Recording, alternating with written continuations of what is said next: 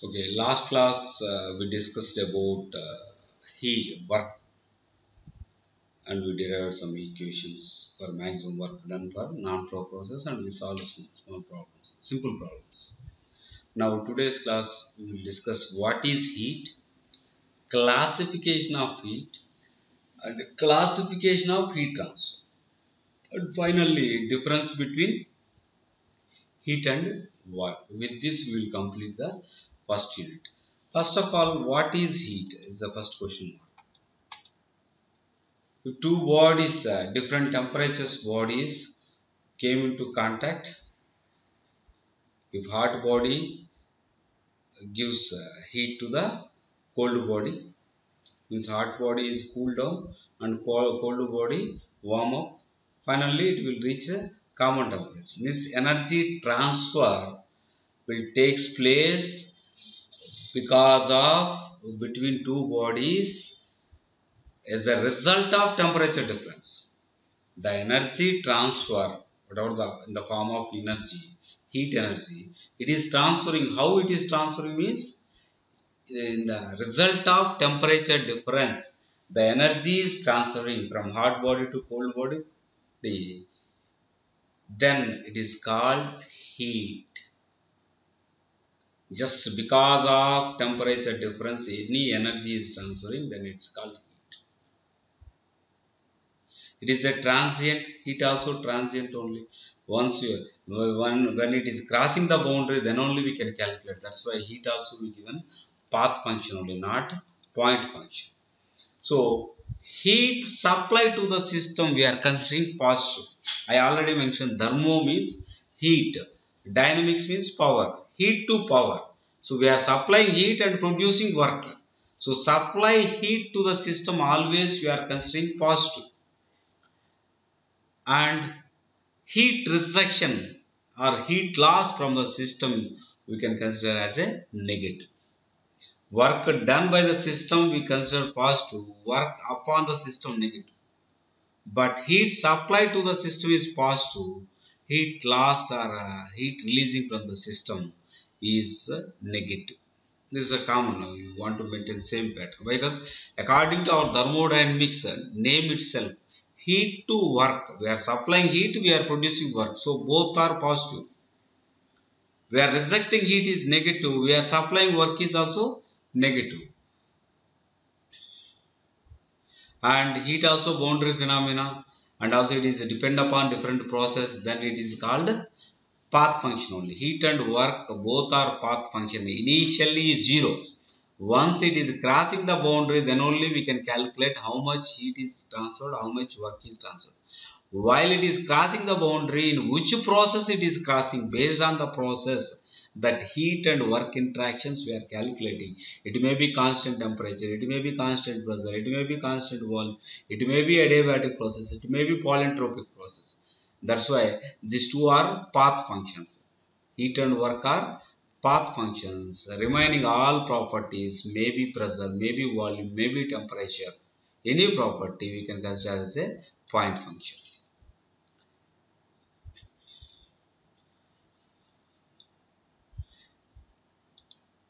Then heat is categorized into two types. One is sensible heat, second one is latent heat. Sensible heat simple, hot rod kept outside. Due to temperature difference, heat is transferring. After some time, it will cool to the ambient condition. It will come with the ambient equilibrium condition. Thermal equilibrium, not thermodynamic. Thermal equilibrium. Sensible heat also. Because of temperature difference, heat is transferring, then it's called sensible heat. Next one is latent heat. Heat transfer occurs at constant temperature with phase change. Latent heat, isothermal heat transfer.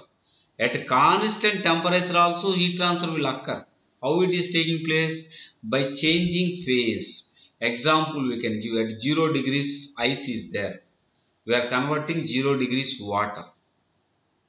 Temperature I am not changing. Ice is converted as a water. Phase change is occur. That's called latent heat transfer. This latent heat transfer further, latent heat further classified by latent heat of fusion, latent heat of vaporization, and latent heat of sublimation. The latent heat of fusion means at a constant temperature, the heat transferred to convert as a solid to liquid or liquid to solid. Then how much heat is transferred at constant temperature? Then that heat is called latent heat of fusion. Generally consider water. Water to ice, ice to water, 365 kilojoules per kg. Something energy is required. Next, latent heat of vaporization. At constant temperature only, heat is transferred. How? The conversion of liquid to vapor or vapor to liquid, conversion at constant temperature. How much heat is required? That heat is called latent heat of vaporization.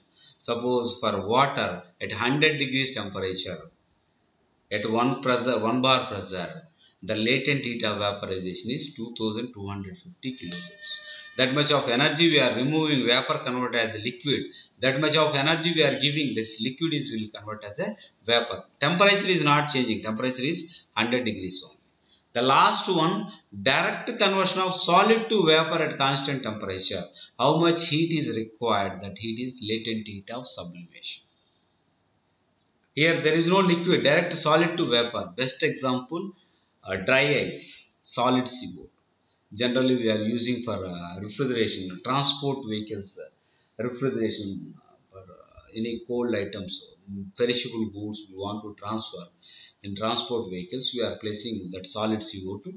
At minus temperatures are there. This solid CO2 directly by absorbing of the heat, directly it is converting solid to vapor. These are the types of heat: sensible heat, latent heat. Latent heat of fusion, latent heat of vaporization, and latent heat of sublimation. Then heat is transient phenomena.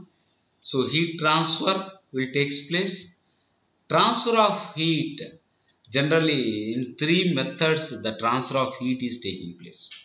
First one is conduction, second one is convection, third one is radiation. This heat transfer separately we are dealing in third year first semester subject. Just I am defining the how the heat transfer is taken. Without molecular movement, packed, the heat is transferring, then it is called conduction. So for the conduction, mediator is required. Solids, all molecules are packed condition. Due to lattice vibration of the molecules, heat transfer is taking place. Molecules not moving, but mediator is required for conduction. It's generally 4 years laws of conduction we are stating. This conduction majorly depend upon temperature difference. The conduction heat transfer majorly depend upon temperature difference and normal area. Normal to the, so the conduction molecules are not moving. All molecules are packed. That's why in solids conduction is good. No doubt at all, because all molecules are packed. Due to lattice vibration of the molecules, heat transfer will take place, conduction. And conduction heat transfer basically based on temperature difference. If more temperature difference is there, more heat transfer will occur. And normal direction to the heat flow, normal surface, normal area, cross sectional area is high, then heat transfer is high. Next, the thickness of the wall, thickness is low, heat transfer is high. Thickness is inversely proportional. The proportionality we removed, then we can introduce thermal conductivity K constant. Then thermal conductivity is heat transfer divided by area, normal area into temperature into this thickness. Generally thermal conductivity is high means conduction rate is high. For gases, why? Because molecules not in packed condition. It is a free degree of motion of molecules is there. That's why thermal conductivity for gases very low, watts per meter Kelvin.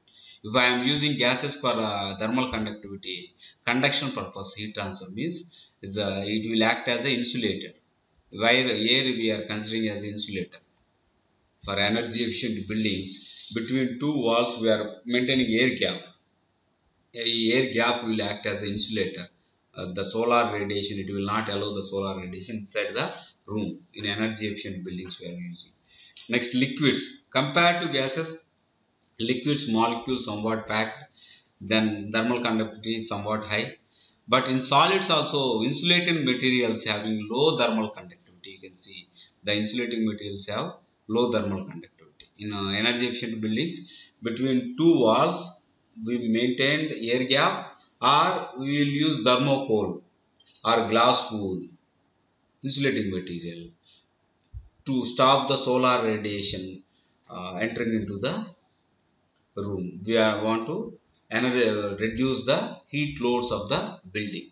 Single wall at present not constructing. Otherwise, that cement bricks, with the hollow cement bricks directly they are using for single wall construction. There also air gap is there. Hollow cement bricks.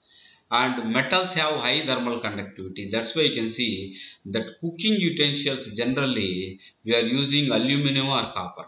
Majority we are using aluminum or copper cooking utensils. Why? Because high thermal conductivity. You can see old tradition biomass boilers for water heating we are using for bathing purpose. That's copper only. Majority copper or aluminum. Because high thermal conductivity, aluminum is cost is cheap. That's why we are using for majority of the people are using aluminum for cooking utensils. Why they are using this? This is the main reason. High thermal conductivity. Next method heat transfer is convection. Conveyor, the lattice word we used for convection title. It is carry, to carry or bringing in. It is by movement of the molecules heat transfer is taking place.